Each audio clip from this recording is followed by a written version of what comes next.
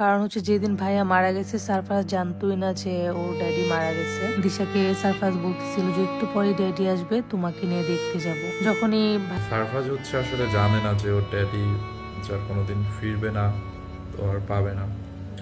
ও জানে আল্লাহর কাছে গেছে ডক্টর দেখাইতে, আবার আসবে।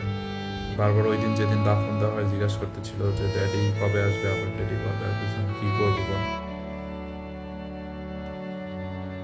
এখনো বাসায় ড্যাডিকে খুঁজছে সারফারাজ। বাবা সাদাত রহমান ছিল ছোট্ট সারফারাজের খুব ভালো বন্ধু। ড্যাডি যে আর কোনোদিন ফিরবে না এখনো বুঝে উঠতে পারেনি সারফারাজ। তাই তো সারফারাজ বলছে ড্যাডি আল্লাহর কাছে চলে গেছে, সুস্থ হয়ে আবার বাসায় ফিরবে।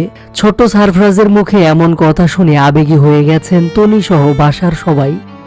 সাদাত রহমানের লাশ ব্যাংকক থেকে নিয়ে আসার পর সবসময় বাবার লাশের পাশে ছিল ছেলে সারফারাজ। লাশবাহী গাড়িতে ড্রাইভারের সামনের সিটে বসেছিল সারফারাজ। তারপর লাশ গুলশান আজাদ মসজিদে ধোয়ানো শেষে সেখানেই সাদাত রহমানের জানাজা হয়। তারপর বনানীর কবরস্থানে বাবাকে শেষ বিদায় দিয়েছে ছোট্ট সারফারাজ। সবটুকু সময় বাবার লাশবাহী গাড়িতেই ছিল সারফারাজ। যেন বড় হয়ে সারফারাজ একটু হলেও তার বাবার স্মৃতি মনে রাখতে পারে, এজন্য সারফারাজকে সবসময় নিজের কাছে রেখেছিলেন তনির অ্যাসিস্ট্যান্ট ফাহিম। এদিন শেষবারের মতো বাবাকে মাটি দেওয়ার সময় সারফারাজ জোরে জোরে বলে ড্যাডি বাই। তারপর বাসায় গিয়ে সবাইকে বলে ড্যাডি আল্লাহর কাছে চলে গেছে, সুস্থ হয়ে আবার আসবে। এদিকে এবার সাদাত রহমানের মৃত্যুর পর ছোট্ট সারফারাজ এবং সানভিকে দেখা গেল বাসার মধ্যে একা একাই খেলছে সারফারাজ। সারফারাজের চোখে মুখে আগের মতো আর হাসি নেই।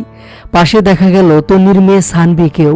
সারফারাজের এই ভিডিওটি ফেসবুকে শেয়ার করে তনির অ্যাসিস্ট্যান্ট ফাহিম বলেন, সারফারাজ ঘুম থেকে উঠেই প্রথমে তার বাবাকে দেখত, কিন্তু দুর্ভাগ্য তোমার ঘুম ভাঙার পর আর বাবাকে দেখতে পাওয়া না। যে মানুষটা পুরো বাসা হাসি খুশিতে মাতিয়ে রাখতেন সেই মানুষটা আর নেই। পুরো বাসা জুড়ে শোকের ছায়া নেমে এসেছে।